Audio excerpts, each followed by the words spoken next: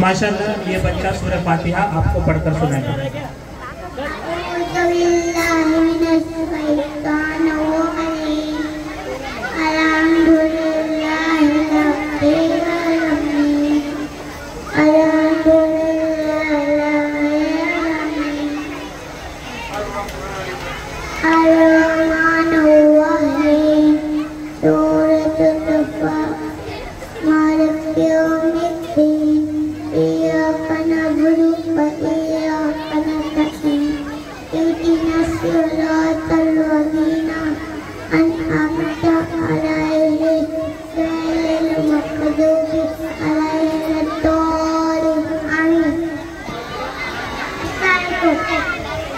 माशाल्लाह इस बच्चे का नाम है अरहम मोहम्मद समीर।